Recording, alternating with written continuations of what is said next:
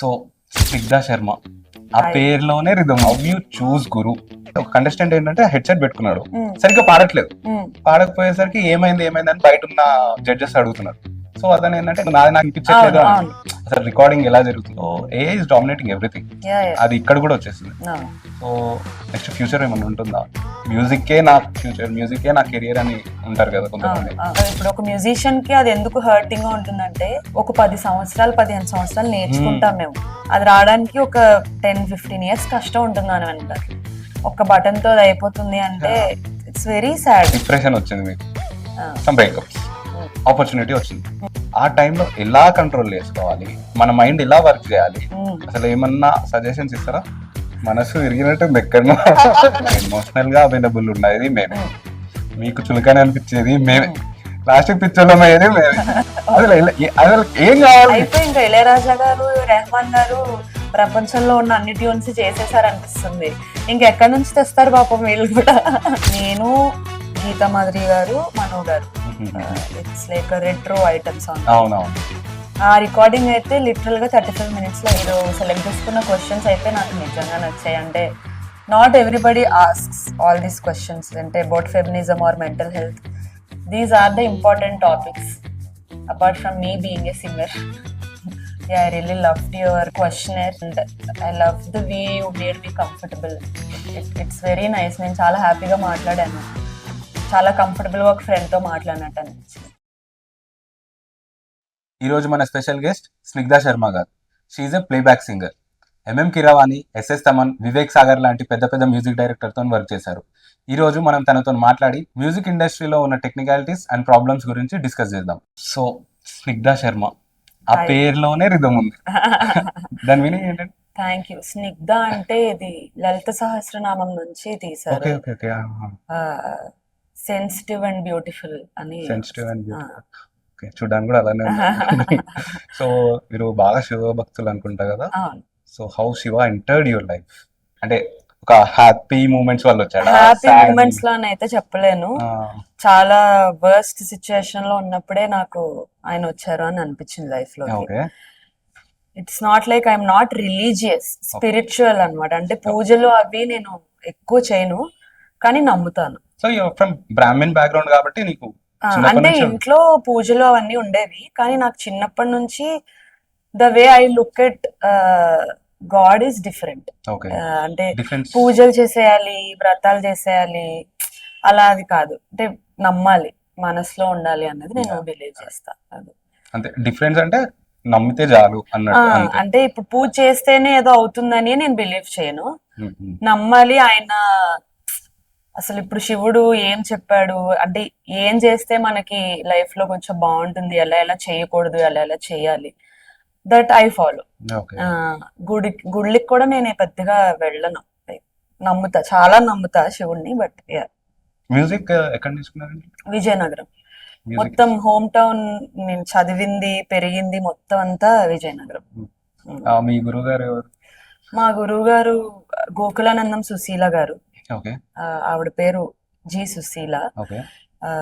త్యాగరాజ కళాశాల అని ఆ ఇన్స్టిట్యూట్ లో నేను నేర్చుకున్నాను విజయనగరంలో. చిన్నప్పటి నుంచి పెద్ద అయ్యే వరకు, అంటే నా డిప్లొమా కోర్స్ కంప్లీట్ అయ్యే వరకు ఆవిడే నాకు. మొత్తం కంప్లీట్ క్లాసికల్, మొత్తం కర్ణాటక. నేను ఒకసారి గిటార్ నేర్చుకుందామని మా ఇంటి దగ్గర జాయిన్ అయ్యా. ఓకే. సో అది ఏమైందంటే ఆ అబ్బాయి కొంచెం 20 years ఆ ఏజ్ అనమాట, లాంగ్ బ్యాక్, ఒక 15 years బ్యాక్. అప్పుడు నేర్చుకుందామని జాయిన్ అయ్యా. ఈ use to come to class and కొన్ని నోట్స్ చెప్తుండే, ప్రాక్టీస్ చేయండి, రేపు చూపియండి, దట్స్ ఇట్, అంతే. నాకు ఆయన చేపించేది, ఐ మీన్ ఆయన టీచ్ చేసేది నాకు ఎంత ఇరిటేషన్ వచ్చిందంటే, గిటార్ మీద ఇరిటేషన్ వచ్చింది. సో హౌ యూ చూస్ గురు అంటే ఎలాంటి వాళ్ళని చూస్ చేసుకోవాలి మనం? అది చూసింగ్ అని ఏ ఉండదు, ఇప్పుడు వచ్చాయి ఈ టర్మ్స్ అన్ని. మంచి గురువు కావాలి, నాకు ఫ్లెక్సిబుల్ గా ఉండే గురువు కావాలి. అప్పుడు గురువు ఏం చెప్తే అది చేయడమే. గురువు ఏం చెప్తే అబ్సల్యూట్లీ ఫైన్. కానీ ఏంటంటే ఇప్పుడు నేను నేర్చుకున్న అతని దగ్గర అంటే డిపెండ్స్ అన్నమాట. ఇప్పుడు నేను నేర్చుకున్న ఆవిడ ఆల్రెడీ కొంచెం పెద్ద ఆవిడకి ఎక్స్పీరియన్స్ ఉంది, ఎవరిని ఎలా హ్యాండిల్ చేయాలి, ఎవరికి ఎలా చెప్తే అర్థమవుతుంది, కస్టమైజేషన్ ఉండేదన్నమాట. అందరూ అలా చేయరు, obviously, I understand. So teaching skills are different. Knowing the subject is different. Hmm. చాలా మందికి సబ్జెక్ట్ ఉండొచ్చు కానీ టీచ్ చేసే విధానం రాకపోవచ్చు, Yeah. అది కూడా మ్యాటర్స్ అనమాట. So I understand. Even guitar విషయంలో నాకు కూడా అలానే అయింది. చాలా ఇంట్రెస్ట్ ఉండేది నాకు గిటార్ నేర్చుకోవాలని, నాకు అంత మంచి గురువు దొరకలేదు. సేమ్ ఇంట్రెస్ట్ పోయింది. ఇప్పుడు నాకు హాఫ్ నాలెడ్జ్ ఓకే, గిటార్ అంటే ఏదో ఊరికే ప్లే చేసుకుంటా సరదాగా. ఒకసారి మా కోసం ఏదైనా గణపతి సాంగ్ ఏదైనా. Ganapati song definitely. మంచిగా మహాగణపతిమే. మహాగణపతిం మనస స్మరామి వసిష్ఠ వామదేవాదివందిత మహాగణపతిం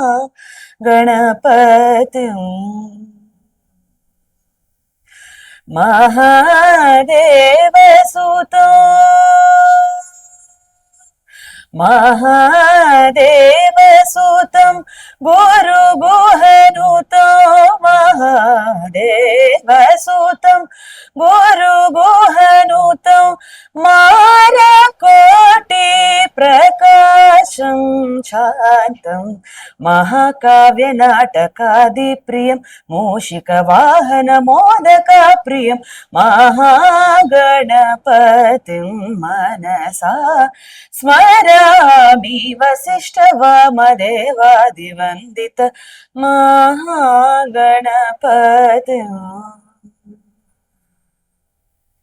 ఫంటాస్టిక్ అండి, అసలు థ్యాంక్ యూ సో కళ్ళు మూసుకొని ఏంటంటే గూస్ బంప్స్ వస్తున్నాయి. Thank you so much. Thank you. ఇప్పుడు మీరు నేర్చుకున్నారు, ఇంత బాగా పాడుతున్నారు, ఓకే. కొంతమంది ఉంటారు అస్సలు నేర్చుకోరు వాళ్ళు. అవును. చిన్నప్పటి నుంచి పాడుకుంటూ పాడుకుంటూ వాళ్ళ వాయిస్ చాలా బాగుంటుంది. మా ఫ్రెండ్స్ ఇద్దరు కపుల్ ఉన్నారు. అబ్బాయి ఏమో వాడు పాడతాడు, జనరల్ గా పాడేస్తాడు, చాలా బాగా వినబుద్ధి అవుతుంది. ఇంకా ఇంకా పాడాలి ఇంకా పాడాలి. ఇంకొక అమ్మాయి ఉంది చిన్నప్పటి నుంచి మ్యూజిక్ నేర్చుకుంటుంది, కాకపోతే ఆమె పాడితే అంత ఇంపాక్ట్ అనిపించదు. సో ఇప్పుడు మ్యూజిక్ ఇండస్ట్రీలో కూడా ఇట్లా ఏమన్నా ఉంటాయా? What's your take on that? As in అంటే కర్ణాటిక్ ట్రైన్డ్ ఉండాలి అనా? నాట్ లైక్ దట్, అంటే ఇప్పుడు అది బ్యాలెన్స్ ఎలా ఉంటుంది? బ్యాలెన్స్ అంటే see it's like a god's gift. అంతేనా? అంతే. సి ఇప్పుడు ఎస్పి బాలసుబ్రహ్మణ్యం గారు కూడా ఆయన నేర్చుకోలేదు మ్యూజిక్, కానీ ఇప్పుడు ఆయన తలదన్నేవారు అసలు లేరు, to be honest. So it's like god's gift. చాలా మంది నేర్చుకున్నా కూడా టెక్నికల్ నాలెడ్జ్ ఉంటుంది, ఇందాక మనం అనుకున్నట్టు టెక్నికల్ నాలెడ్జ్ ఉంటుంది. Again teaching is different, performing is different. కొంతమంది బాగా టీచ్ చేయగలరు, కొంతమంది బాగా పర్ఫార్మ్ చేయగలరు. సో బ్యాలెన్స్ అంటే it's just it has to be there within you. కొంతమందికి ఉంటుంది ఆ స్కిల్, కొంతమందికి ఉండదు. We can do nothing about it. అంతే. అంటే ఇప్పుడు ఏదైనా కాంపిటీషన్స్ కి వెళ్ళినా కూడా అవును, అబ్బాయి ఏమి అంత నేర్చుకోలేదు, నేను చిన్నప్పటి నుంచి నేర్చుకున్నా, ఒక అది ఇన్ఫీరియర్ అనేది ఉంటది కదా, వాళ్ళు గెలిచిండు అనుకో సపోజ్, అవును, అది ఎట్లా అనిపిస్తుంది? సి ఇన్ఫీరియర్ ఫీల్ అవ్వాల్సిన పని లేదు. మీరు పాడగలుగుతున్నారు నేర్చుకోకపోయినా అంటే at any point of time you can start learning. Yeah, that is there. And ఇంకోటి ఏంటంటే వాడు బాగా పాడుతున్నాడు, అవును, వాడు మళ్ళీ మ్యూజిక్ నేర్చుకోవడం అవసరమా? యాక్చువల్లీ అవసరమా అంటే టెక్నికల్ నాలెడ్జ్ కోసం, ఆర్ ఇంకా డీప్ గా మ్యూజిక్ ని అండర్స్టాండ్ చేసుకోవడానికి, ఆర్ ఇంకా ఆ న్యూయన్సెస్, ఆ డైనమిక్స్ ఆఫ్ మ్యూజిక్ అర్థం చేసుకోవడానికి నేర్చుకుంటేనే మంచిది. కంప్లీట్ కర్ణాటిక్ ఇంకా వేరే? అంటే నేను నేర్చుకోవడం చిన్నప్పటి నుంచి అయితే కర్ణాటికే నేర్చుకున్నాను, ఇంకా other than that nothing. General అంటే పబ్లిక్ పర్స్పెక్టివ్ లో అడుగుతుంటే ఏంటంటే, క్లాసిక్ మన ఇండియన్ క్లాసిక్ ఏదైనా ఒక ఫామ్ నేర్చుకుంటే ఏదైనా పాడొచ్చు, ఏదైనా వచ్చేస్తుంది, అది నిజమేనా? అది నిజమే. ఎందుకంటే కర్ణాటిక్ మ్యూజిక్ ఈజ్ వాస్ట్, చాలా ఉంటాయి అన్నమాట. అంటే వోకల్ ఎక్సర్సైజెస్ నుంచి పిచ్ కరెక్షన్, ఎవ్రీథింగ్ అన్నమాట. అంటే స్కేల్స్ విషయంలో, అంటే టెక్నికల్ టర్మ్స్ అన్నమాట, ఇవన్నీ అవన్నీ కూడా బేసిక్స్ నుంచి అన్ని చాలా క్లిష్టంగా ఉంటాయి అన్నమాట కర్ణాటిక్ మ్యూజిక్ లో. So yeah, it helps a lot. Okay, మీకు బాలయ్య బాబు ఎస్ఎస్ తమన్ కాంబినేషన్ లో సాలిడ్ హిట్ పడింది మీకు. అవునవును, అది కంప్లీట్లీ మాస్. అది అవును, ఏది సుగుణ సుందరి. అవును. ఇప్పుడు ఈ మీద అంతా క్లాసికల్ కదా, సో ఇప్పుడు ఆ మాసి సాంగ్స్ పాడేటప్పుడు ఏమైనా డిఫరెన్స్ ఏమన్నా కనిపిస్తుందా మీరు? ఆనెస్ట్లీ స్పీకింగ్ నాకు కర్ణాటిక్ కన్నా వెస్టర్న్ ఫోక్ మాస్ ఎక్కువ సూట్ అవుతాయి. నా వాయిస్ టెక్స్చర్ కి అవి ఎక్కువ సూట్ అవుతాయి. అంటే కర్ణాటిక్ నాకు పెద్దగా పర్ఫామ్ చేసే అవకాశం కూడా రాలేదు, అవసరం రాలేదు. మోస్ట్లీ మూవీ మ్యూజిక్ నేను చూస్ చేసుకోవడం వల్ల నా వాయిస్ కల్చర్ కి కొంచెం అలాంటివే సూట్ అవ్వడం వల్ల ఐ ఫీల్ లక్కీ నాకు ఫస్ట్ సాంగ్ కూడా నాకు సూట్ అయ్యేదే వచ్చిందని సో ఇప్పుడు మీరు కర్ణాటకే పాడండి. I try. పాడండి. ఒక చిన్న పల్లవి పాడుతాను. మీ ఇష్టం అండి. అలై పొంగేరా కన్నా మానసమలై పొంగేరా ఆనంద మోహన వేణుగానమున ఆలాపనే కన్నా మానసమలై పొంగేరా నీ నవరస మోహన వేణుగానమునలై పొంగేరా కన్నా కన్నా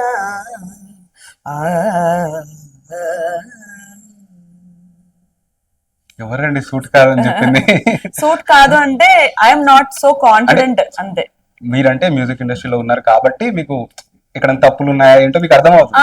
అంటే ఇప్పుడు మాలాగా నార్మల్ ఆడియన్స్ అయితే ఇంత బాగా పాడుతుంది కదా ఎందుకు సూట్ కాదు అది ఉంది. బట్ టెక్నికల్ గా నాకు చాలా తెలుసు కాబట్టి నేను ఇంకా బెటర్ గా పాడగలను నాకు తెలుసు కాబట్టి నేను ప్రిఫర్ చేయను పెద్దగా పెర్ఫార్మ్ చేయడానికి. That's it. ఓకే, అది ఆ ఛాన్స్ ఎలా వచ్చింది మీకు సుగుణ సుందరి?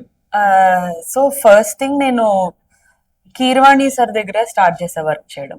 ఓకే, ట్రిపుల్ ఆర్ లో వర్క్ చేశారు. ఫస్ట్ నా ఫస్ట్ ప్రాజెక్ట్ పెళ్లి సందడి. ఓకే, శ్రీకాంత్ గారి అబ్బాయి. ఏ సాంగ్? అందులో పాడలేదు, దానికి నేను వర్క్ చేసా మూవీకి, like re recording, chorus works and all. అలాగా స్టార్ట్ చేశాక ఆర్ఆర్ఆర్ వర్క్స్ లో నేను శ్రీకృష్ణ అన్నని మీట్ అయ్యాను అనమాట. అన్నకి నేను అప్రోచ్ అయ్యా, నాకు ఇలా కొత్తగా వచ్చా హైదరాబాద్ కి, ఓన్లీ కీరవాణి గారితోనే వర్క్ చేస్తున్నా, అందరితో వర్క్ చేయాలని ఉందంటే అన్న డెమోస్ పంపించమని అడిగారు. డెమోస్ పంపించిన తర్వాత ఒక రోజు వర్క్ పిలిచారు. నా ఫస్ట్ వర్కే సుగుణ సుందరి సాంగ్ అనమాట. ఇన్ జనరల్ ఒక సింగర్ ఒక వర్క్ కి వెళ్తున్నారంటే ఫస్ట్ అది కోరస్ వర్క్ గానీ రీ రికార్డింగ్స్ అవే ఉంటాయి. సో ఫస్టే తమన్ గారి దగ్గర నేను ఈ సాంగ్ పాడడానికే వెళ్ళా అనమాట. అండ్ అది ఫైనల్ కూడా అయింది. సో ఐ థ్యాంక్ శ్రీకృష్ణ అన్న for supporting me and Thaman sir for giving me this wonderful opportunity. And also Shruti Hassan is like my most favorite actress and performer. ఇప్పుడు అఖండ 2 కూడా వస్తుంది. అవును. సో నా ఫస్ట్ సాంగే తమన్ గారు లాంటి పెద్ద music director and also my favourite heroine and also Balayya Babu. It's huge. Balayya బాబుతో పాడే ఛాన్స్ రావాలి మీకు, ఇద్దరు కలిసి స్టేజ్ మీద పర్ఫార్మ్ చేయాలి. కలిసాను వీరసింహారెడ్డి ప్రీ రిలీజ్ కప్పుడు కలిసాను, చూసాను. లైక్ అమ్మా హీఈస్ వెరీ యాక్టివ్ అమ్మా, ఆ ఏజ్ లో డైనమిక్ అనిపిస్తుంది. Very energetic. రికార్డింగ్ సెషన్స్ అయితే స్టూడియో అది ఉంటుంది కదా. అవును, నేను ఏదో షోలో చూసా, నాట్ ఎగ్జాక్ట్లీ గుర్తులేదు, ఏదో show I mean selection process లో డైరెక్ట్ స్టూడియోకి తీసుకెళ్లి పాడిస్తారు కంటెస్టెంట్స్ ని. సో ఒక కంటెస్టెంట్ ఏంటంటే హెడ్సెట్ పెట్టుకున్నాడు, పాడుతున్నాడు, సరిగ్గా పాడట్లేదు. పాడకపోయేసరికి ఏమైంది అని బయట ఉన్న జడ్జెస్ అడుగుతున్నారు. సో అతను ఏంటంటే నాది నాకు వినిపించట్లేదు అని. అసలు రికార్డింగ్ ఎలా జరుగుతుంది, అది సెషన్స్ ఎలా ఉంటాయి? బేసిక్ గా ఇప్పుడు ఆయన పెట్టుకున్నవి ఇన్ ఇయర్ మానిటర్స్ అంటారు అనమాట. మీరు పాడేది ఆర్ చుట్టింగ్ ఏమైనా ఇన్స్ట్రుమెంట్స్ ఉన్నా ఆర్ అక్కడ ట్రాక్ ప్లే అవుతున్నా మీకు వినిపిస్తుంది అనమాట.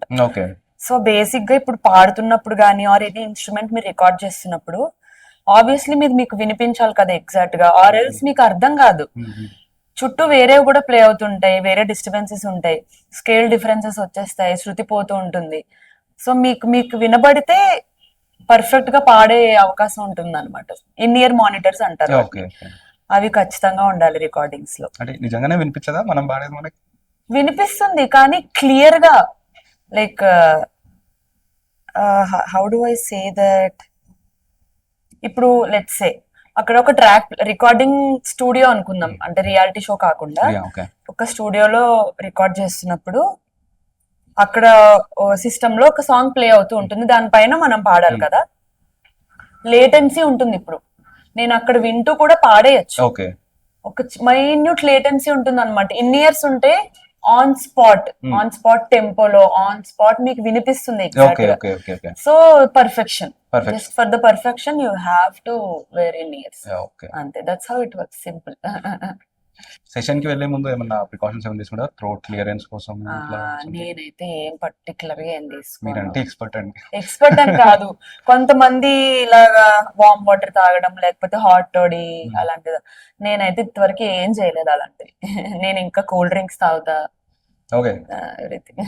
నథింగ్. ఒకవేళ next day something recording session ఉంది, పెద్ద మూవీకి ఆఫర్ వచ్చింది, ఈరోజు సరదా అయింది అనుకోండి, ఏం చేస్తారు? ఏం చేస్తా, అప్పుడు తాగుతా వామ్ వాటర్, ఇంకా అంతకు మించి ఏం చేస్తా. వాయిస్ మొత్తం చేంజ్ అయినప్పుడు ఐ మీన్ వాళ్ళు యాక్సెప్ట్ చేయరు ఆబ్వియస్లీ. చేయరు అంటే ఇంకా మనం చెప్పేసేయాలి, నాకు గొంతు పోయింది ఇంకా. సో ఇంకా వేరే వాళ్ళని చూస్ అంతే చేసుకుంటారు, కదా మరి. అంతేనా? సో పర్టికులర్ మీ వాయిస్ కావాలంటే వెయిట్ చేస్తారు, లేకపోతే వేరు. అంటే అంత అదృష్టం ఉంటే మనకి వాళ్ళు వెయిట్ చేస్తారు. బట్ ఇక్కడ ఏంటంటే ఫిల్మ్ మ్యూజిక్ లో చాలా స్పాంటేనియస్ గా ఉంటాయి అన్నమాట. యా యా, ఒక 1 hour ముందు ఫోన్ చేసి వచ్చేసే ఫాస్ట్ గా అంటారు. ఓకే. అప్పుడు వీకెండ్ నథింగ్, వెళ్ళాలి. ఒంట్లో బాగాలేదంటే ఇంకా మిస్ అయిపోయినట్టే, ఆ ఆపర్చునిటీ పోయినట్టే ఇంకా. సో మీ family background support, disupport? Pretty good. అంటే మా అమ్మకి చాలా ఇంట్రెస్ట్. ఓకే. అసలు మా అమ్మకి నన్ను ఒక డాన్సర్ లాగా, మా అక్కని ఒక సింగర్ లాగా చూడాలనేది ఒక డ్రీమ్. ఓకే. నేను అసలు ఫస్ట్ భరతనాట్యంలో జాయిన్ అయ్యాను. నేను భరతనాట్యం, మా అక్క మ్యూజిక్ లో జాయిన్ అయ్యాం ఫస్ట్. సో భరతనాట్యం ప్రాక్టీస్ చేస్తూ పాడుతున్నప్పుడు మా గురువు గారు అది చూసి, నువ్వు పాడడం కూడా చాలా బాగుందని నన్ను మ్యూజిక్ లో జాయిన్ అవ్వమన్నారు. ఓకే.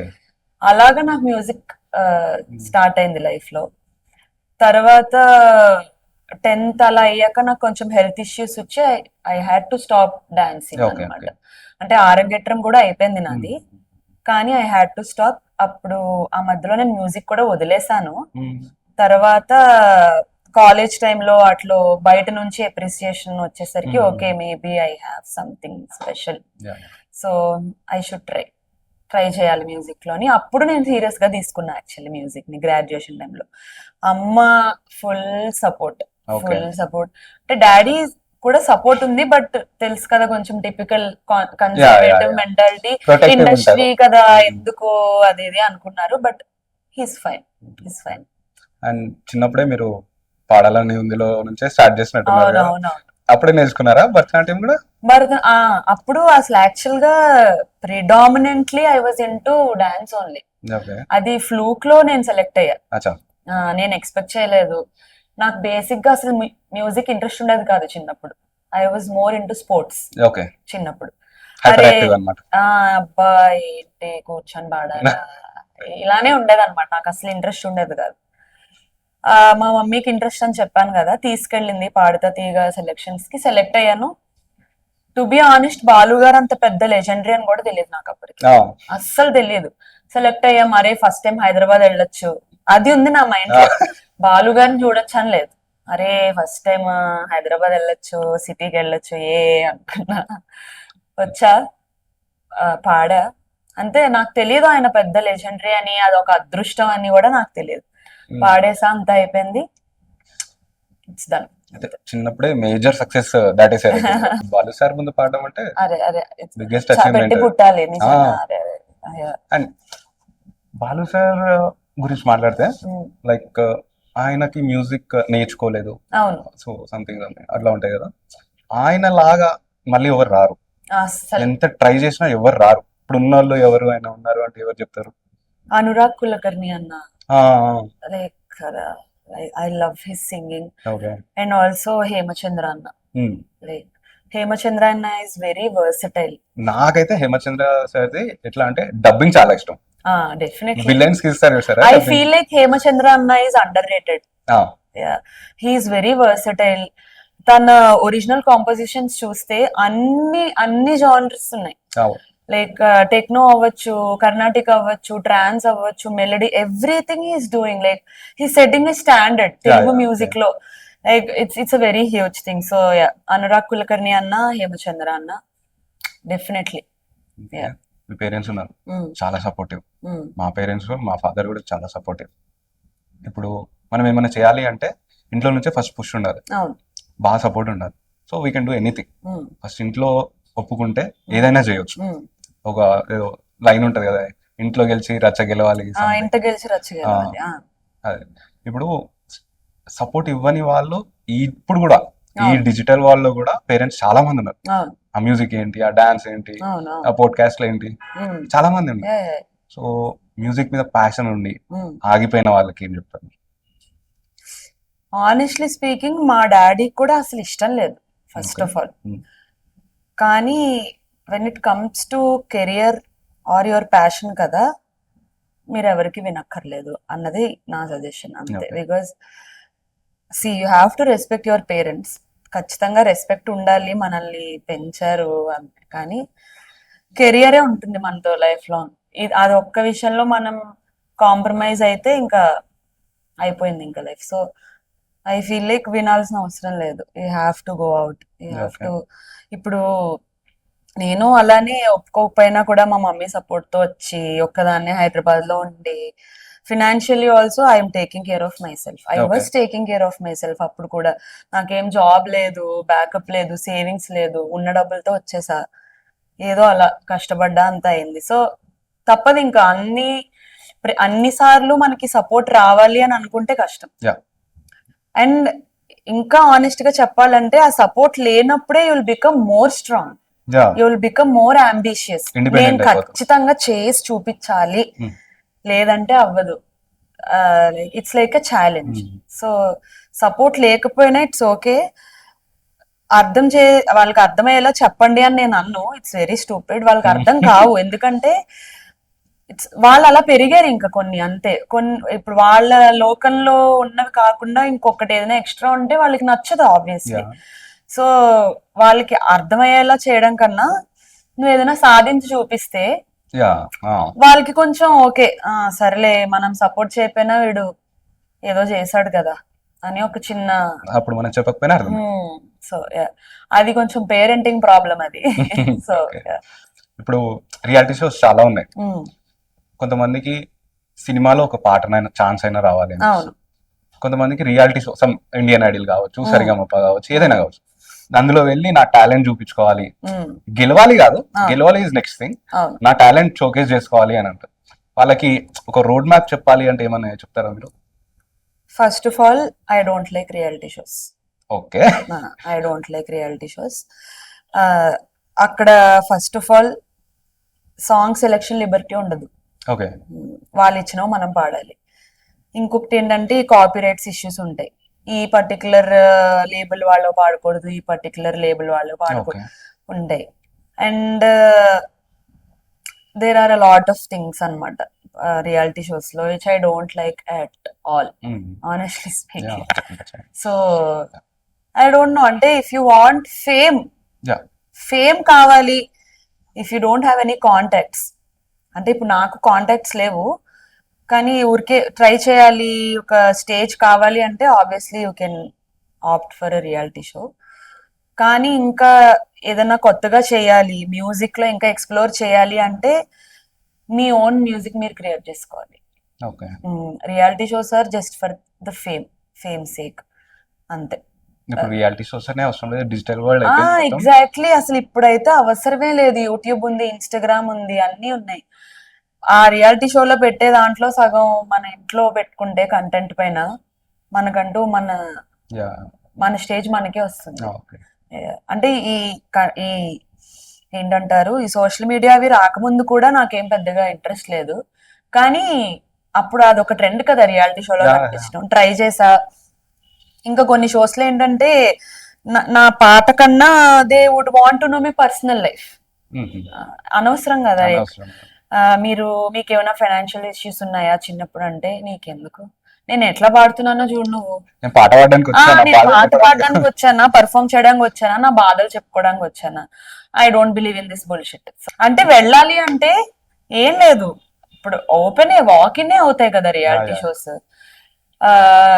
స్టాండ్ అవుట్ అవ్వాలి అంటే అందరూ పాడేలాంటి పాటలు కాకుండా కొంచెం యూనిక్ సాంగ్స్ సెలెక్ట్ చేసుకోవడం, లేకపోతే దాంట్లో ఏవైనా ఇంప్రూవైజేషన్స్ చేయడం, ఉన్నది ఉన్నట్టు పాడేయకుండా నీ ఓన్ అంటే నీకంటూ ఉన్నది అందులో చూపించుకోవడానికి ట్రై చేస్తే you have a chance to stand out. Different గా చేసుకోగలగాలి అంతే. So the thing is, next music కి ఇప్పుడు వోకల్ కి కానీ ఏదో ఒక ఇన్స్ట్రుమెంట్ నేర్చుకున్న వాళ్ళకి అసలు ఫ్యూచర్ ఉంటుందా? ఎందుకంటే మా ఫ్రెండ్ ఒకడు ఉన్నాడు, ఉమ్, ఏఐతో మొత్తం కంప్లీట్ పాట చేసేసాడు. ఉమ్, కంప్లీట్ పాట చేసి దానికి ఆల్బమ్ చేసి యూట్యూబ్లో రిలీజ్ చేసిండు. 2 పాటలు చేసిండు, 2 సూపర్ హిట్ అయిపోయినాయి. Um. So AI is dominating everything. Yeah, yeah. అది ఇక్కడ కూడా వచ్చేస్తుంది. అవును. సో నెక్స్ట్ ఫ్యూచర్ ఏమైనా ఉంటుందా? మ్యూజిక్కే నా ఫ్యూచర్, మ్యూజిక్కే నా కెరియర్ అని ఉంటారు కదా కొంతమంది, అవును, అవును. వాళ్ళకి. Actually it is quite sad AI taking over everything, కానీ ఫ్లేవర్ ఉండదు డెఫినెట్లీ. ఫ్లేవర్ ఫ్లేవర్ ఉండదు. Even I compose my own tunes కొన్నిసార్లు. ఇండీ మ్యూజిక్ లోకి వెళ్దామని నేను కూడా అనుకుంటున్నా. నాకు చాలా మంది సజెస్ట్ చేశారు ఏ హెల్ప్ తీసుకోమని, but see the soul is important music లో. ఇట్స్ ఆల్ లైక్ ఏదో ఎలక్ట్రానిక్, కానీ మీకు కంపోజింగ్ కష్టంగా ఉంది, ఏమైనా క్రియేటివ్ బ్లాక్ ఉంది అన్నప్పుడు you can take help, reference లాగా. ఇప్పుడు ఇప్పుడు మేము ఎలాగా బాలు గారు లాంటి వాళ్ళని ఇన్స్పిరేషన్ తీసుకొని అరే ఇక్కడ ఇలా పాడితే బాగుంటుంది, అలాంటి క్రియేటివ్ బ్లాక్స్ కి you can use as help. కానీ మొత్తం దాని మీద డిపెండ్ అయిపోవడం అన్నది ఇట్స్ వెరీ సాడ్. సో వీళ్ళు ఏం చేశారంటే సింగర్ లేరు, మ్యూజిషియన్ లేరు, ఏం లేదు, మొత్తం కోడ్ ఇచ్చారు, ఏఐకి మ్యూజిక్ వచ్చేసింది. అవును, అవును. సో అదే ఇప్పుడు ఇప్పుడు ఒక మ్యూజిషియన్ కి అది ఎందుకు హర్టింగ్ గా ఉంటుందంటే, ఒక 10 సంవత్సరాలు 15 సంవత్సరాలు నేర్చుకుంటాం మేము అది ఒక మంచిగా పర్ఫామ్ చేయడానికి, ఆర్ ఒక లెవెల్ ఆఫ్ ఏంటంటారు, టైంకి పదాలు గుర్తురావు చూసారా, ఒక స్టేజ్ కి రావడానికి, అది రావడానికి ఒక 10-15 years కష్టం ఉంటున్నాను వెనకాల. ఒక బటన్ తో అది అయిపోతుంది అంటే ఇట్స్ వెరీ సాడ్.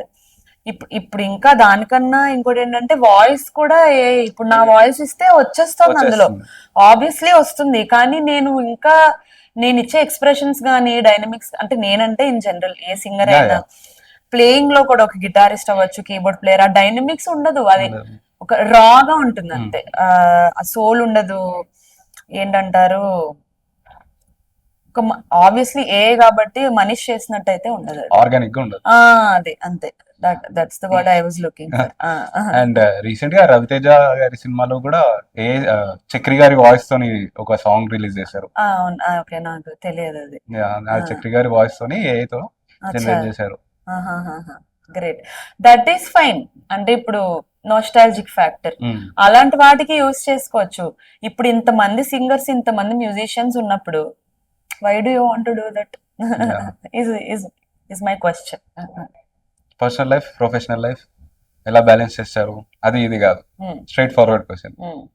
డిప్రెషన్ వచ్చింది మీకు, some breakups, have you gone through? అప్పుడు ఆ టైంలో మీ కెరియర్ ని ఒక ఇంపార్టెంట్ ఏమంటారు ఆపర్చునిటీ వచ్చింది. ఆ టైంలో ఎలా కంట్రోల్ చేసుకోవాలి, అసలు మన మైండ్ ఎలా వర్క్ చేయాలి, అసలు ఏమన్నా సజెషన్స్ ఇస్తారా? బేసిక్ గా జీవితంలో ఎప్పుడూ ఏదో ఒక దరిద్రం ఉంటూనే ఉంటుంది, ఆనెస్ట్లీ స్పీకింగ్. ఈ కెరియర్ విషయంలో అది చూపిస్తే మనకే నష్టం. సో ఎంత వర్స్ట్ మెంటాలిటీతో ఉన్నా నువ్వు మైక్ ముందుకు వెళ్ళేసరికి, స్టేజ్ పైకి వెళ్ళేసరికి నువ్వు మర్చిపోగలగాలి, అంతే, సింపుల్. అంటే obviously back of the mind ఉంటుంది, it triggers a lot obviously, కానీ you have to be strong. And especially ఇలాంటి ఫీల్డ్స్ లో చెప్పాను కదా ఇందాక, స్పాంటేనియస్ గా ఉంటాయి. ఇప్పుడు నాకు డిప్రెషన్ ఉంది, నాకు నిద్ర లేదు, నేను ఎండలేను అంటే అది అవ్వదు, నీ ఆపర్చునిటీ ఇంకొకటికి వెళ్ళిపోతుంది. So you should be always ready. ఈ ప్రొఫెషన్ లో అయితే you should be always ready, no matter what. అంటే నాకు అనిపించింది ఒక్కొక్కసారి, అంటే ఏదైనా వర్క్ వచ్చినప్పుడు when I was not feeling well mentally, అబ్బా ఇప్పుడు వెళ్ళాలా, ఈ మూడ్ బాగాలేదు కదా ఎలాగా అని అనుకుంటాను. తర్వాత నేనేం చేస్తా అంటే, ఇలాంటి ఒక ఆపర్చునిటీ కోసం చాలా మంది వెయిట్ చేస్తున్నారు. I shouldn't be privileged. అరే యు విల్ మోటివేట్ యువర్సెల్ఫ్. నేను ఇలా ప్రివిలేజ్డ్ గా ఫీల్ అయ్యి నాకు మూడ్ బాగాలేదు రాను, నాకు డిప్రెషన్ ఉంది రాను అంటే, సరే ఇంట్లో కూర్చొని అంటారు వాళ్ళు కూడా. So that's how I motivate myself. That's how I motivate myself. See ఉంటుంది, అది ఖచ్చితంగా ఉంటుంది. ఏదో ఒక ఫేజ్ లో అందరికి ఆ సాడ్ ఫీలింగ్ అవన్నీ పెట్టుకొని కెరియర్ రూయిన్ చేసుకుంటే అయిపోయింది, నీ కెరియర్ అక్కడితో అయిపోయింది. డిప్రెషనే ఉంటుంది, ఇంకా కెరియర్ ఉండదు. డిప్రెషన్ బేస్ చేసుకుని ఒక పాట పాడండి ఇప్పుడు. అమ్మో, డిప్రెషన్ ని బేస్ చేసుకొని పాట. ఇళయరాజా గారి పాట కావాలి మాకు. నేను ఫుల్ డిప్రెషన్ లో ఉండి ఇంకా ఏడవాలి అనుకున్నప్పుడు అభినందన అలా కూడా అనుకుంటారా ఇంకా ఏడవాలి? ఉంటుంది, ఎందుకంటే నేను జనరల్ గా నేను ఏడవను. ఓకే. కానీ ఒకసారి ఏడవాలి అనిపిస్తే ఇంకా ఫుల్ ఏడ్ చేయాలన్నమాట. అలా ఏడవాలనుకున్నప్పుడు మ్యూజిక్ ఆల్సో హెల్ప్స్. ఇంకా ఏడుపు వచ్చే పాటలు, ఇంకా బాధాకరమైన పాటలు వింటే మొత్తం బయటకు వచ్చేస్తుంది. ఇంకా నెక్స్ట్ మన పని మనం చేసుకోవచ్చు. వర్కౌట్ అయ్యేలాగా. సో అదే చాలా మంది ఏంటంటే ఏడుపు ఆపేసుకుంటారు. You should let it out. అది ఒక్కసారి మొత్తం బయటకు వచ్చేస్తే you will feel very happy and very light. అమ్మా వదిలేసిందిరా బాబు, అయిపోయింది, ఇప్పుడు నేను ఇంకో పని చేసుకుంటా. అది గురుతు చెరిపి వేసి జీవించాలని, చెరపలేకపోతే మరణించాలని, తెలిసి కూడా చేయలేని వెర్రివాడిని, గుండె పగిలిపోవు వరకు నన్ను పాడని, ముక్కలలో రెక్కలేని రూపాలలో, ముక్కలలో లెక్కలేని రూపాలలో, మరల మరల నిన్ను చూసి రోదించని, ప్రేమ లేదని ప్రేమించరాదని, ప్రేమ లేదని ప్రేమించరాదని, సాక్ష్యమే నీవని నన్ను నేడు చాటని, ఆ ప్రియా జోహారులు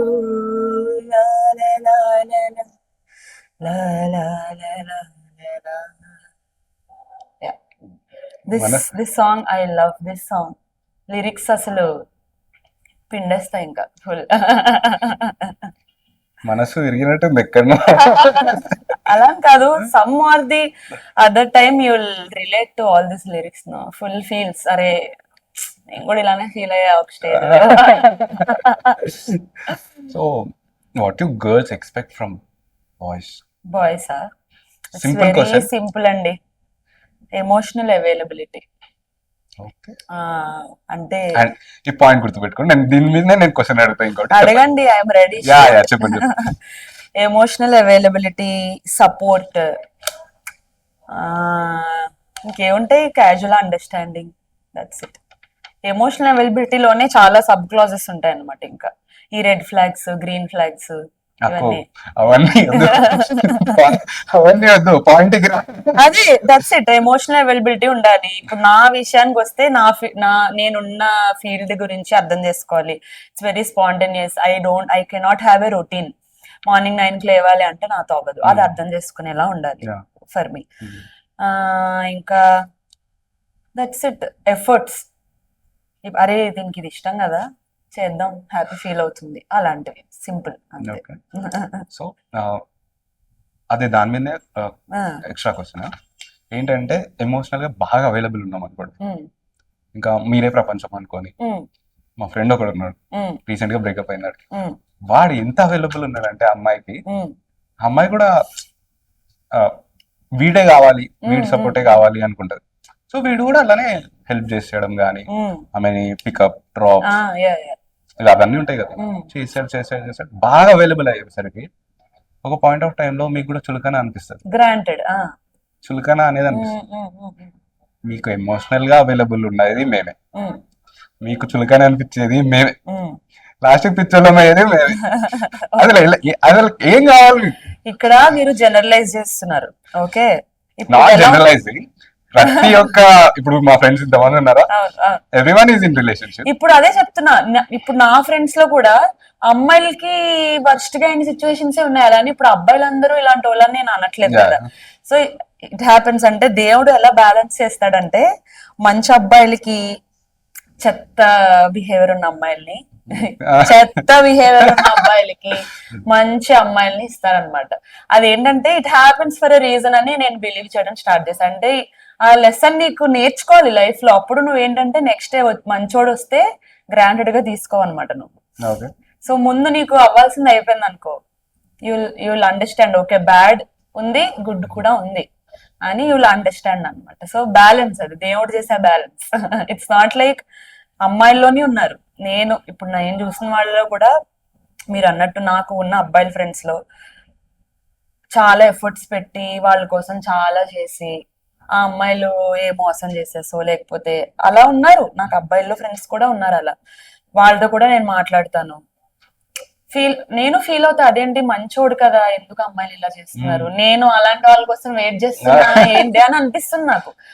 అలానే ఇప్పుడు నా క్లోజ్ ఫ్రెండ్స్ లో కూడా చాలా మంది అమ్మాయిలు 7-8 years రిలేషన్షిప్ లో వెయిట్ చేసి ఆ అబ్బాయి వేరే వాళ్ళని పెళ్లి చేసుకుని వెళ్ళిపోయి అలాంటి అమ్మాయిలు కూడా ఉన్నారు.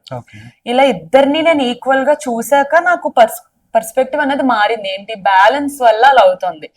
అండ్ ఏవో ట్రామాస్ వల్ల వాటి వల్ల కూడా నువ్వు సెలెక్ట్ చేసుకునే మనిషి వాడు దరిద్రుడు అవ్వడం, ఆ అమ్మాయి వేస్ట్ అవ్వడం, అలాంటివి మనం తెలియదు అనమాట. ఒక పాయింట్ లో వాళ్ళు బ్యాడ్ అన్నా కూడా వాళ్ళలో ఏదో ఒక స్పెషల్ కనిపిస్తుంది మనకి ఒక పాయింట్ లో. బికాస్ మనం ఆ టైంలో వనరబుల్ గా ఉంటాం. అలాంటప్పుడు కరిగిపోకుండా కొంచెం రష్ చేయకుండా ఓకే వీళ్ళు అసలు ఎప్పుడు ఎలా బిహేవ్ చేస్తారు, ఈవెన్ అమ్మాయికైనా అబ్బాయికైనా ఫస్ట్ లో అంతా బాగుంటుంది, బటర్ఫ్లైస్ నువ్వే నా ప్రపంచం నువ్వే, అదంతా కాదు. నన్ను అడిగితే కోపం వచ్చినప్పుడు నువ్వు ఎలా రియాక్ట్ అవుతావు, that is the first question I ask if I'm dating anyone next. అదే చెప్తా. కోపం వస్తే నువ్వు ఎలా రియాక్ట్ అవుతావు, హౌ డు యూ టాక్, అరుస్తా అవ్వదు, అలాగ కష్టం. కోపం వచ్చినప్పుడు కమ్యూనికేషన్ అన్నది దేనికి మాట్లాడుకోవాలి కదా.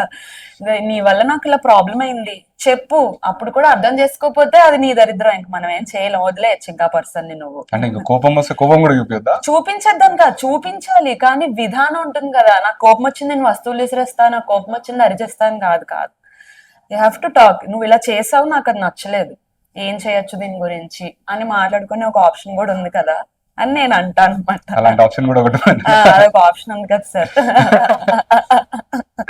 అండ్ ఇంకొకటి, కొంతమంది ఇంకా వేరే ఫ్రెండ్స్ రిలేషన్ లో ఉన్నారు, బానే ఉన్నారు, కరెక్ట్ గా పెళ్లి అనే టైంకి సరిగ్గా రెస్పాన్స్ ఇవ్వరు. అంటే దాని మీద ఎక్కువ ఇది చూపించారు, రిలేషన్ లో ఉన్నాం కదా రిలేషన్ లో ఉన్నాం అంతే అని. వాళ్ళ గురించి దానికి బట్ చాలా అడిగే పర్సన్ ఉంటాడు కదా, పెళ్లి ఎప్పుడు చేసుకున్నాం, వాడు జెన్యూన్ ఉంటాడు. సో వాళ్ళకి ఆ రిలేషన్ ఏమంటారు? సో బేసిక్ గా అక్కడ దే ల్యాక్ క్లారిటీ అనిపిస్తుంది అంతే. అంటే ఇప్పుడు ఎగ్జాంపుల్ చెప్తా. నా ఫ్రెండ్ ఉంది ఒక అమ్మాయి, తను I don't want to mention the name. తను 7 years ఒక అబ్బాయి కోసం వెయిట్ చేసింది, రిలేషన్షిప్ లో ఉంది. ఆ అబ్బాయి లాస్ట్ మూమెంట్ లో మా ఇంట్లో ఒప్పుకోరని చెప్పి వేరే పెళ్లి చేసేసుకున్నాడు. 7 years of her life wasted on nothing, absolutely nothing. తర్వాత ఒక 3-4 years అసలు ఇంకొక అబ్బాయితో కూడా తను మాట్లాడలేకపోయింది. నిజంగా జెన్యున్ గా తనని అప్రోచ్ అయిన వాళ్ళని కూడా మాట్లాడలేకపోయింది, ఆబ్వియస్లీ ట్రామా. తర్వాత షీ రీసెంట్లీ, అంటే ఒక 1 year 1.5 year ముందు ఒక అబ్బాయిని కలిసింది. అది చూసాక నా పర్స్పెక్టివ్ మారింది అనమాట. అంటే he's very understanding, very sweet. అంటే ఇంకా ఎలా చెప్పాలి, అబ్సల్యూట్ గ్రీన్ ఫ్లాగ్ అని అంటారు కదా ఈ రోజుల్లో, అలా అనమాట. సో ఇప్పుడు అంత మంచి అబ్బాయి వచ్చినా కూడా తను టక్కుమని పెళ్ళి అంటే భయపడుతుంది. ఎందుకు అంటే నేను అప్పుడు 7 years ఉన్న అదే ఆ అబ్బాయే నన్ను రెడీగా లేడు చేసుకోవడానికి, ఇది ఇంకా రీసెంటే కదా, వాట్ ఇఫ్ హీఈస్ రషింగ్. ఇప్పుడు పెళ్లి చేసేసుకున్న తర్వాత అయ్యో రష్ చేసామా అని ఫీలింగ్ ఆ అబ్బాయికి వస్తే ఏంటి అని తన థాట్స్ అలా ఉన్నాయన్నమాట. అండ్ సేమ్ సిచ్యువేషన్ ఇంకొక అబ్బాయికి కూడా జరుగుతుంది సైమల్టేనియస్లీ. నా ఫ్రెండ్ తను అలానే ఇష్టపడుతున్నాడు, 2 years రిలేషన్షిప్, పెళ్లి చేసుకుందాం అనుకుంటున్నాడు. ఆ అమ్మాయి భయపడుతుంది, ఆ అబ్బాయి భయపడుతున్నాడు. నాకు పెళ్లి చేసేసుకోవాలని ఉంది, వాట్ ఇఫ్ ఐఎమ్ రషింగ్, పెళ్ళి అయ్యాక ఇలాంటి ఫీలింగ్ వస్తే ఏం చేయాలి అని అడుగుతున్నాడు అనమాట. సో అలాంటి ఫీలింగ్ వస్తే క్లారిటీ లేకుండా అయితే చేసుకోకపోవడమే బెస్ట్ అని నా ఫీలింగ్. ఎందుకంటే రిలేషన్షిప్ అంటే ఆ అబ్బాయి అమ్మాయి మాత్రమే ఇన్వాల్వ్ అవుతారు. మ్యారేజ్ అంటే 2 ఫ్యామిలీస్ ఇన్వాల్వ్ అవుతాయి. So it's better not to disturb an entire family's peace just because you lack clarity. So ఇప్పుడు అలాంటి ఫీలింగ్ వస్తుందంటే కోల్డ్ ఫీట్ అంటారు కదా మ్యారేజ్ కి ముందు, అది అందరికీ వస్తుంది actually. Maybe take some time.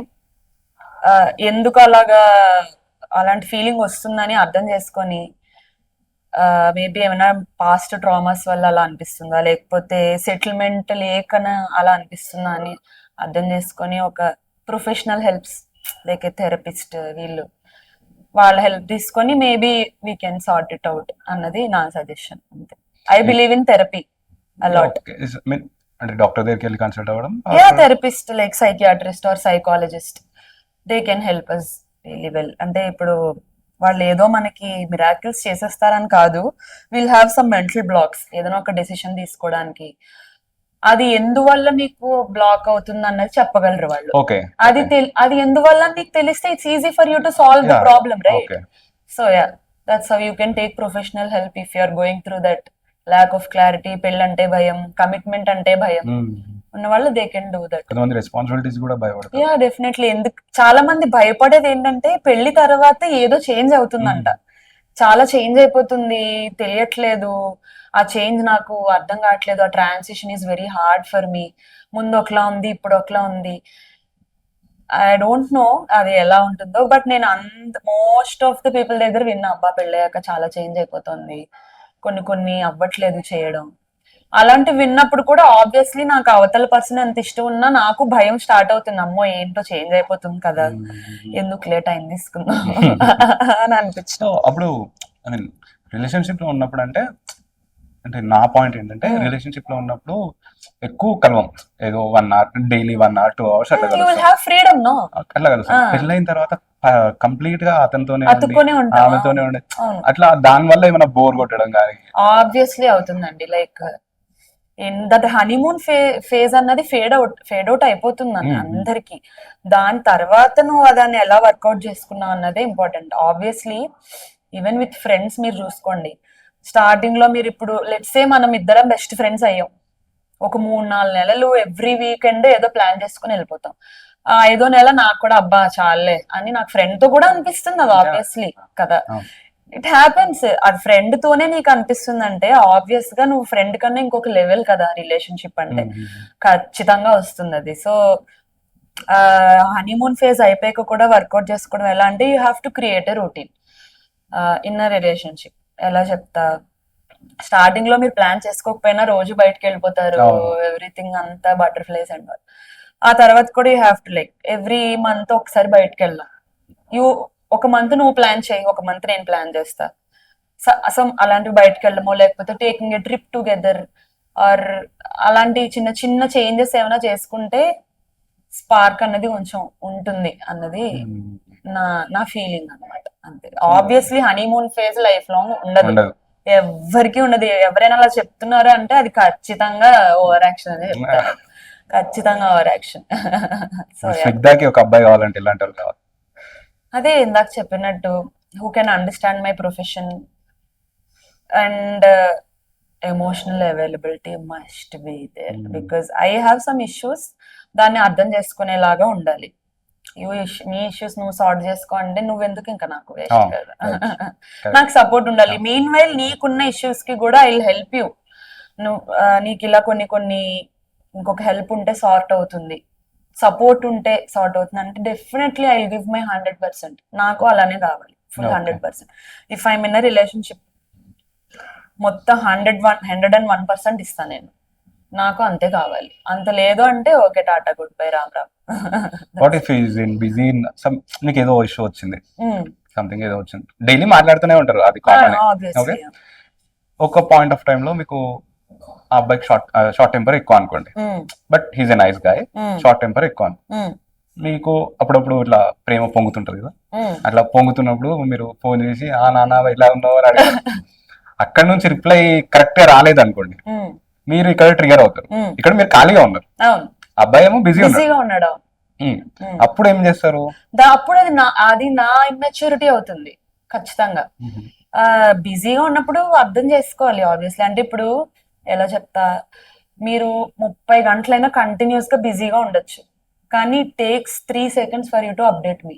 నేను ఒక 30 గంటలు బిజీగా ఉంటా, సో ఈ 30 గంటలు నేను నీతో మాట్లాడలేను, ఓవర్ థింక్ చేయకు, అక్కడ ఏం జరగట్లేదు.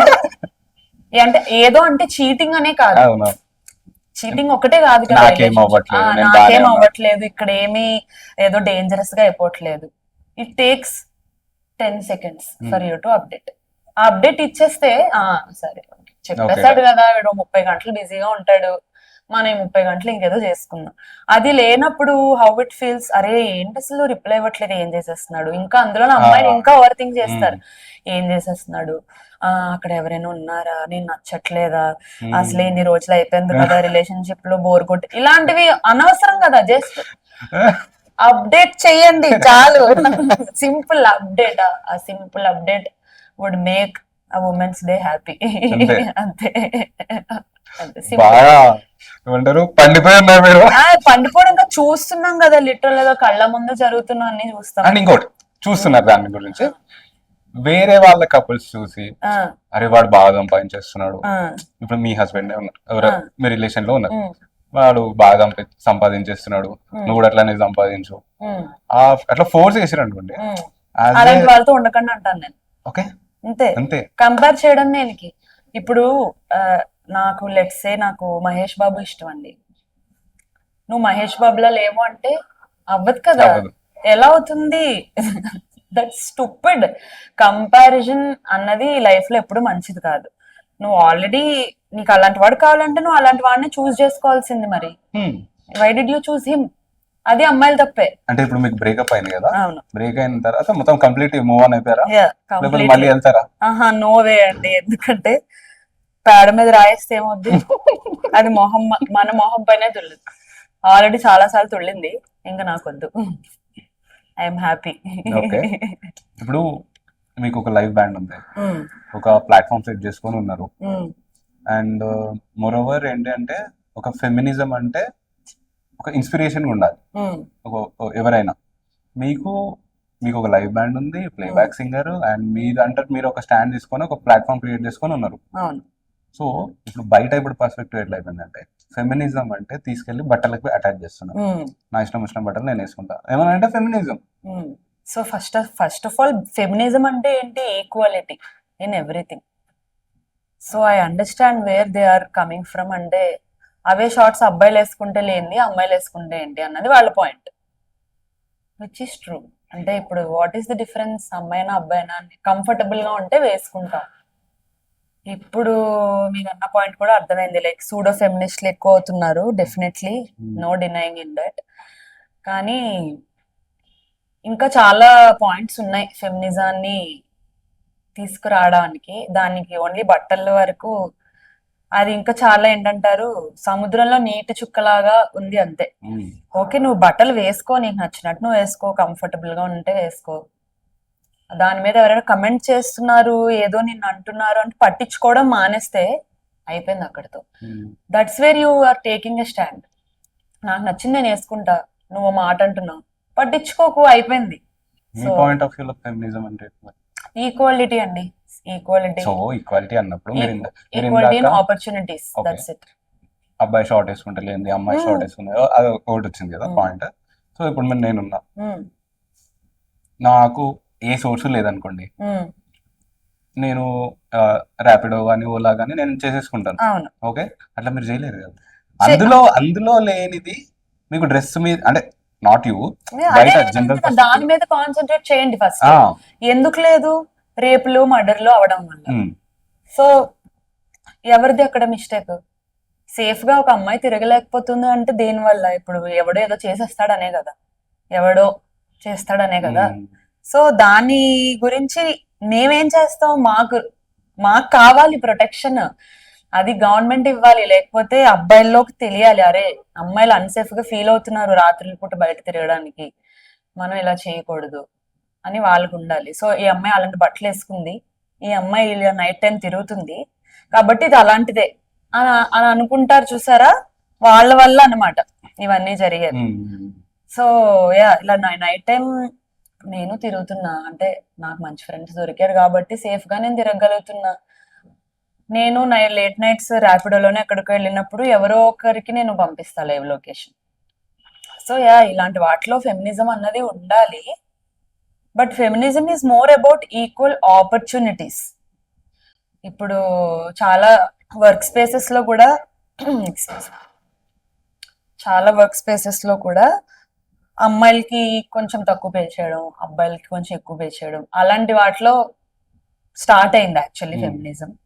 ఇప్పుడు మీరు అన్నట్టు బట్టల వరకే ఎందుకు వచ్చిందంటే, మీడియాలోని ప్రతి ఒక్కడికి ఈజీ అయిపోయింది యాక్సెస్. ఒక కమెంట్ చేయడానికి, తక్కువని ఒక తప్పుగా ఒక మాట అనేయడానికి. నువ్వు అనేస్తావు, ఒక మాట అనేస్తావు అమ్మాయిని. ఆ అమ్మాయి ఎలా ఫీల్ అవుతుంది? అది ఏంటి, జస్ట్ బికాస్ నేను ఒక ఇలాంటి బట్టలు వేసుకున్నానని నేను ఎలాంటి దాన్ని నువ్వు ఎలా డిసైడ్ చేసేస్తావని ఒక బాధ ఉంటుంది కదా అమ్మాయికి. అలాంటివి ఆలోచించే బుర్ర లేదు చాలా మందికి. So that's what I'm telling. చాలా విషయాల్లో కావాలి ఫెమినిజం. మీరు అన్నట్టు బట్టల మీదే పడి ఏడుస్తున్న విషయం కూడా కరెక్టే. I'm telling every one to concentrate on important things. That's it. And me age ఎంత అన్నారు? 28. 28. సో మన 10th క్లాస్ 9th క్లాస్ లేకపోతే ఆ టైంలో చూసుకుంటే ఇళయరాజా గారు, కోటి, చక్రి, వీళ్ళ సాంగ్స్ అసలు అప్పుడు సాంగ్స్, ఏఆర్ రెహమాన్ గారు అప్పుడు సాంగ్స్ అసలు ఇప్పటికి కూడా మనం వింటే ఫ్రెష్ ఫీల్ వస్తుంది, ఇంకా వినాలి వినాలి అనిపిస్తుంది. కానీ ఇప్పుడు వచ్చే మ్యూజిక్ అంత ఇదిగా లేదు. హార్డ్లీ ఇప్పుడు ఏదో ఒక సినిమా వచ్చింది అనుకోండి, అందులో నుంచి ఒక చాట్ బస్టర్ వచ్చిందా, హార్డ్లీ ఒక 6 months ఉంటుంది. ఇంకా అది ఇంకా ఎక్కువ మాట్లాడినాం అనుకోండి, ఇంకో సినిమాలో ఇంకో పాట వచ్చింది అనుకోండి, ఇది మర్చిపోతున్నారు. అదే మీరు అన్నట్టు ఇలా కల్ట్ ఈ పాట మించినది లేదు, లేకపోతే అప్పట్లో మ్యూజిక్ అది మేము కూడా అదే ఫీల్ అవుతాం. ఇప్పుడు మంచి పాటలే అంతగా రావట్లేదు అంటే. ఇంకొకటి ఇక్కడ కూడా it's like comparing only. Of course అంటే ఇళయరాజా గారు కానీ లేకపోతే రెహమాన్ గారు కానీ వీళ్ళు అప్పుడు వాళ్ళకి చాలా ఫ్రీడమ్ కూడా ఉండేదండి, వాళ్ళకి నచ్చినట్టు చేయడానికి. ఇప్పుడు ఏంటంటే వేరే ఇన్వాల్వ్మెంట్ కూడా ఉంటుంది. మాకు అలా కావాలి, మాకు ఇలా కావాలి music. It kills the excitement obviously. ఇప్పుడు ఎన్ని పాటలు మనకి స్పానిష్ సాంగ్స్ కానీ కొన్ని వేరే మూవీస్ అచ్చు దింపేశారు సాంగ్స్. ఇప్పుడు నాకు అలా కావాలి అంటే అరబిక్ బాగా ఇదైతుంది కదా, అరబిక్ చాలా ఉన్నాయి అలాగా. అలా కావాలి అంటే ఆ ఫ్లేవర్ ఆర్ ఆ టైప్ కావాలి అనడం వేరు, కొంచెం ఆ టైప్ లో ఆ ప్యాటర్న్ లో కావాలి అనడం వేరు. ఇప్పుడు ఒకటే ప్యాటర్న్ లో 2-3 ఎలా క్రియేట్ చేస్తారు ఎవరైనా? అందుకే అన్ని కొంచెం ఒకలా వినిపిస్తున్నాయి. అందులో కూడా ఇప్పుడు డైరెక్టర్స్ చాలా ట్రై చేస్తున్నారు, we have to appreciate that. కానీ we cannot compare them with legends like Ilayaraja or A.R. Rahman. It's not gonna. వాళ్ళతో కంపారిజన్ కాదు, సాంగ్స్ ఏమంటారు అవుట్పుట్ అనేది, ఆ ప్రోడక్ట్ అనేది అంత ఎఫెక్టివ్ గా రావట్లేదు. ఇంకా అయిపోయి ఇంకా ఇళయరాజా గారు, రెహమాన్ గారు ప్రపంచంలో ఉన్న అన్ని ట్యూన్స్ చేసేసారు అనిపిస్తుంది. ఇంకెక్కడి నుంచి తెస్తారు పాపం వీళ్ళు కూడా. అంతే అంటారా? గ్రేటెస్ట్ ఆఫ్ ఆల్ టైమ్ అంటే నేనైతే కీరవాణి సార్. ఆయన RRR లో మీరు పాడారు, మీరు యాజ్ ఏ గ్రూప్ గా పాడారు కదా. ఇప్పుడు గ్రూప్ గా పాడిన దానికి మీకు సోలోగా ఛాన్స్ వచ్చిన దానికి ఏమన్నా దాని గురించి ఏమన్నా చెప్తారా? డిఫరెన్స్ కావచ్చు, లేకపోతే యాక్చువల్లీ RRR లో 3 నెలలు మేము కలిసి వర్క్ చేసాం అందరం. ఒక సాంగ్ అని కాదు, ప్రాజెక్ట్ రీ రికార్డింగ్. అంటే ఇప్పుడు ఒక సీన్ వెనకట్లో వచ్చే మ్యూజిక్ కోరస్లు కానీ హమ్మింగ్స్ కానీ అవి it was a journey. Like ఒక 3 months రెగ్యులర్ గా ఒక 10-15 మంది సింగర్స్ కలిసి ఆల్మోస్ట్ ఎవ్రీ వీక్ 2-3 రోజుల కన్నా ఎక్కువగా కలిసి వర్క్ చేసేవాళ్ళం. It's a journey that.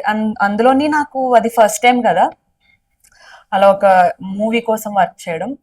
Okay, ఇలా ఉంటుందా రీ రికార్డింగ్ అంటే, ఓకే కోరస్ అంటే ఇలా పాడతారా, ఇంత వర్క్ ఉంటుందా అని నాకు ఐడియా వచ్చింది. అంటే how things work in music industry అనేది నాకు ఐడియా వచ్చింది. It was a great experience. ఇంకా జనని సాంగ్ ఉంది కదా RRR లో, అది అసలు కంపోజింగ్ సెషన్ నుంచి ఉన్నాం మేము. అది కంపోజ్ చేస్తున్నప్పుడు కీరవాణి సార్ గారి దగ్గరే ఉన్నాం మేము. ఆయన కంపోజ్ చేసిన దగ్గర నుంచి అది రికార్డ్ చేసే వరకు it took at least 1 week 10 days. So experience వచ్చింది నాకు RRR లో. సో ఈ తమన్ గారి దగ్గర సుగుణ సుందరి ఇట్స్ లైక్ సోలో ట్రాక్ కదా, దట్ ఈస్ ఆల్సో అది కూడా ఫస్ట్ టైమే obviously. That is very different. ఇందులో ఏంటంటే కోరస్ లో అందరితో సింక్రనైజేషన్ ఉండాలి. మనకి సోలోలో ఏంటంటే ఒకవేళ తప్పు జరిగినా తక్కువని మళ్ళీ రీటేక్ చేసుకునే ఛాన్స్ ఉంటుంది. ఇక్కడ ఒక దగ్గర మనం తప్పు చేస్తే నా వల్ల మొత్తం మళ్ళీ అందరూ పాడాలన్నమాట. సో దట్ సింక్ ఉండేది, that chemistry used to feel very nice అనమాట. It's completely different. Chorus work చేస్తే ఒక సింగర్ కి, ఏ సింగర్ కైనా ఎలా వర్క్ అవుతుంది ఒక ఇండస్ట్రీ, ఓకే ఇంత కష్టం ఉంటుందా అని తెలుస్తుంది. దాని తర్వాతే ప్లేబ్యాక్ అంటే మీన్ దాని తర్వాతే సోలోగా పాడితే ఆ ఎక్స్పీరియన్స్ డిఫరెంట్ అని నా ఫీలింగ్. డెఫినెట్లీ రెండుకి రెండు వేరే. అండ్ కోరస్ పాడాలంటేనే ఇంకా నీకు కొంచెం ఆ ఎక్స్పీరియన్స్ ఉండాలి, అందరితో సింక్ అయ్యే ఏంటంటారు ఆ లెవెల్ ఆఫ్ అండర్స్టాండింగ్ ఉండాలి అని. సోలో ఏముంది, ఒకవేళ తప్పైనా మళ్ళీ మనం ఒక్కరమే ఉంటాం కాబట్టి రీటేక్ చేసుకోవచ్చు. సో నా దృష్టిలో సింగిల్ కన్నా కోరస్లు వాడడమే యాక్చువల్లీ కష్టం. ఇంకోటి ఏంటంటే కొన్ని సాంగ్స్ పాడించుకుంటారు, బట్ అది ఏ సినిమాలో పెడతారో అది తెలియదు అని అంటారు. అది నిజమే. నాకు సుగుణ సుందరి పాడినప్పుడు అది బాలయ్య గారి మూవీ అని కూడా తెలియదు. నా పాడేసా ఒక్కసారి 2 సార్లు లిరికల్ కరెక్షన్స్ కోసం వెళ్ళాను. అప్పుడు కూడా నాకు తెలీదు అది ఏ మూవీ ఏంటి అని. నేను అడగలేదు, అంటే అసలు ఫస్ట్ ఆఫ్ ఆల్ నీకు పాడించడమే పెద్ద ఆపర్చునిటీ. ఇప్పుడు అది ఎందులోది ఎవరిది నాకు అనవసరం, పాడాను. ఫస్ట్ తమన్ గారిది అని కూడా తెలియదు. తమన్ గారిది తెలుసు ఆబ్వియస్లీ, తమన్ గారి స్టూడియోకి వెళ్ళాను. ఏ మూవీ కని తెలియదు నాకు. అది నా వాయిస్ ఫైనలైజ్ అయ్యాక కృష్ణన్న ఫోన్ చేసి నువ్వు పాడినది నీకు ఫైనలైజ్ అయ్యింది బాలయ్య మూవీ అని నాకు అప్పుడు చెప్పారు. అంటే అప్పటి వరకు తెలియదు ఆల్మోస్ట్. అంటే మీరు ఫైనల్ అయ్యే వరకు మీకు తెలియదు ఎవరికి పాడారని. అంటే దే హ్యావ్ దేర్ ప్రాబ్లమ్స్ కదా, ముందే అన్ని చెప్పేసుకుంటే. ఇంకోటి ఏంటంటే మీరు అన్ని పెద్ద హీరోస్ కే పాడారు, పవన్ కళ్యాణ్, బాలకృష్ణ, RRR, రామ్ చరణ్, అన్ని పెద్ద పెద్దవి పాడారు, చిన్నవి పాడరా మీరు? అలా చిన్నవి కూడా పాడాం. నిన్న స్పాటిఫై లో చూస్తే చిన్న మూవీస్ కి పాడినవి కూడా ఉంటాయి సాంగ్స్. అవి పెద్ద మూవీస్ అవడం వల్ల అవి కొంచెం బయటకు వచ్చాయి అంతే. అంతే. కిరవాణి సార్ది తూమిలే దిల్కిలే సాంగ్ ఉంటుంది, అది నాకు చాలా ఇష్టం. అది ఒక్కసారి పాడతారా? My favourite song definitely. तू मिले दिल खिले और जीने को क्या चाहिए, हाँ तू मिले दिल खिले और जीने को क्या चाहिए, ना हो तू उदास तेरे पास पास मैं रहूंगा जिंदगी भर, ना हो तू उदास तेरे पास पास मैं रहूंगा जिंदगी भर, सारे संसार का प्यार मैंने तुझे में पाया, तू मिले दिल खिले और जीने को क्या चाहिए. Thank you so much. ఇప్పుడు క్లాస్ టచ్, ఇప్పుడు మాస్ పాట సుగుణ సుందరి ఒక్కసారి. సీమ కుట్టిందే సిటి సీమ కుట్టిందే, ఇల్లు కందిపోయేలాగా దిట్టంగా కుట్టిందే, ప్రేమ పుట్టిందే పిచ్చి ప్రేమ పుట్టిందే, నిన్ను చూసి చూడంగానే కుడి కన్ను కొట్టిందే, నువ్వు హాటు హాటు ఘాటు నాటు సీమ పటాసే, నా స్వీట్ స్వీట్ లిప్ నీకు జ్యూసు గలాసే, నీ సోకు టాపు క్లాసే నిన్ను వదులుకుంటే లాసే, మన క్లాసు మాసు కాంబినేషన్ అబ్బో అదుర్సే, సుగుణ సుందరి సుగుణ సుందరి సురజుర సూపుల రాకుమారి ఏ మావా సుగుణ సుందరి. నెక్స్ట్ వివేక్ సాగర్ గారితో వర్కింగ్ ఎక్స్పీరియన్స్ ఎలా ఉండేది మరి? లైక్ 2-3 టైమ్స్ చేశాను. ఆయనది ఇలాగా హాయ్ బాయ్ అన్నట్టే ఉంటుంది అనమాట. వచ్చామా పాడామా వెళ్ళిపోయామా అంతే, సింపుల్ హ్యాపీ. పని అయిందా లేదా అంతే, వచ్చావా పాడేవా okay bye, simple. Very sweet person and I love his music. అంటే వెరీ వర్సటైల్, అంటే చాలా ఫ్రెష్ గా ఉంటుంది. యా, ఒక్క సాంగ్ పాడాను స్వాగ్ మూవీలో, నేను, గీతా మాధురి గారు, మనో గారు. It's like retro item song. అవునవును. ఆ రికార్డింగ్ అయితే లిటరల్ గా 35 minutes లో అయిపోయింది. ఓకే. సింపుల్. అంతే. అంతే. Music heels. Definitely. Music is a therapy. Music is an addiction. a good addiction. Good addiction. So దీన్నే ఒక కెరియర్ గా చూస్ చేసుకుంటే ఎలా చూస్ చేసుకోవాలి? ఇప్పుడున్న సిచ్యువేషన్స్ లో అయితే దీన్నినే కెరియర్ గా చూస్ చేసుకోవద్దు అనే చెప్తాను. Because there is no stability, like financially there would be no stability at all. So కొంచెం బ్యాకప్ ఉంటే, like if you are working, a work part time job లేకపోతే ఇంకేదో చిన్న బ్యాకప్ ఉండి ఈ ఇండస్ట్రీలోకి వస్తే మీకు ఆ స్ట్రెస్ అనేది ఉండదు అనమాట. ఇప్పుడు ఐఎమ్ ఫుల్ టైమ్ మ్యూజిషియన్. ఒక మంత్ చాలా ఎక్కువ వస్తుంది నాకు, ఒక మంత్ అసలు రాకపోవచ్చు. There is no stability, right? దానివల్ల చాలా స్ట్రెస్ఫుల్ గా ఉంటుంది. ఇంక మంత్ ఎండ్ వచ్చేసరికి అమ్మ డబ్బులు రాలేదు, అదే ఇంకో బ్యాకప్ ఉంది అనుకోండి, కొంచెం ఆ స్ట్రెస్ తగ్గుతుంది, ఇంకొంచెం మ్యూజిక్ మీద కాన్సన్ట్రేట్ కూడా చేయొచ్చు. So I suggest everyone who wants to pursue music, please do come with a little backup. That's it. Okay. And మా మదర్ కూడా ఇట్లా బాగాలేనప్పుడు మ్యూజిక్ ప్లే చేసేవాళ్ళం. ఆమె కృష్ణుడి పాటలు బాగా పాడతారు, సో లాలి పాటలు అవన్నీ చాలా బాగా పాడతారు. Even my sister is also Karnataka musician, sorry singer, Karnataka singer. ఆమె కూడా బాగా పాడుతుంది. కాకపోతే ఏంటంటే పెళ్ళైన తర్వాత ఆమె వర్క్ బిజీలో ఆమె కూడా బిజీ అయిపోయి అంత చూపించలేదు. బట్ చాలా బాగా పడుతుంది మా అక్క. అండ్ ఇప్పుడు కూడా నేర్చుకుంటుంది. పెళ్ళైన తర్వాత కూడా మా బావ కూడా బాగా సపోర్ట్ చేస్తారు. ఇప్పుడు కూడా నేర్చుకుంటుంది. టాలెంట్ ఉండి ఇలా ఆగిపోయిన వాళ్ళ గురించి ఏం చెప్తారు?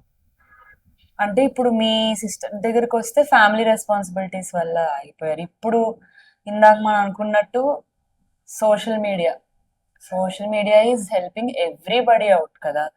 లైక్ మేబీ ఇప్పుడు అలా ఆగిపోయిన వాళ్ళు కూడా మళ్ళీ స్టార్ట్ చేయొచ్చు. అంటే మీకు ఇష్టమైన పాటలు పాడి అప్లోడ్ చేయడము, లేకపోతే మీకు వచ్చిన దాంట్లో సొంతంగా ఏదైనా కంపోజ్ చేసి పెట్టడము, డెమోస్ క్రియేట్. అది ఇప్పుడు మీ సోషల్ మీడియానే మీ డెమో యాక్చువల్లీ. ఇది వరకు ఏంటి, సీడీలో రికార్డ్ చేసి మ్యూజిక్ డైరెక్టర్స్ కి పంపించి, ఇప్పుడు అలా లేదు కదా. కంటిన్యూటీ, కన్సిస్టెంట్ గా మీకు వచ్చింది పెడుతూ ఉంటే you will definitely get opportunities. ఇప్పుడైతే కంటెంటే, తెలియని ఏముంది, మొత్తం కంటెంటే.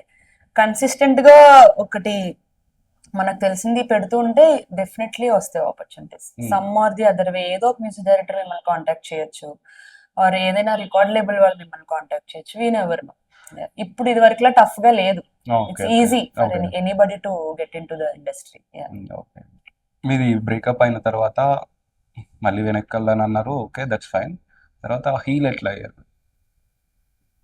అంటే రియలైజేషన్ వచ్చాక, అంటే ఎలాంటి రియలైజేషన్ అంటే, నేను నాకు ఎలా కావాలనుకుంటున్నానో అలా నేను ఆ పర్సన్ ని నాకు ఇష్టం ఉండడం వల్ల చూస్తున్నా, ఆ పర్సన్ అలాంటి పర్సన్ కాదు అని ఒక రియలైజేషన్ వచ్చాక వెంటనే డిటాచ్ అయిపోయా అనమాట. అంటే ఓకే, ఏదో నేను ఎక్కడో పెట్టడం వల్ల ఆ మనిషి నాకు అంత తోపులాగా కనపడ్డారు, లేకపోతే అది ఏం లేదు, ఈజ్ నార్మల్ అని ఒక పాయింట్ వచ్చేసాక ఇమ్మీడియట్లీ డిటాచ్ అయిపోయాను అనమాట. అంటే యాజ్ ఇఫ్ ఇప్పుడు తన ఎగ్జిస్టెన్స్ తో కూడా నాకు అసలు సంబంధం లేదు. నిజంగా ఎదురుగా కనపడినా కూడా ఐ డోంట్ ఫీల్ ఎనీథింగ్.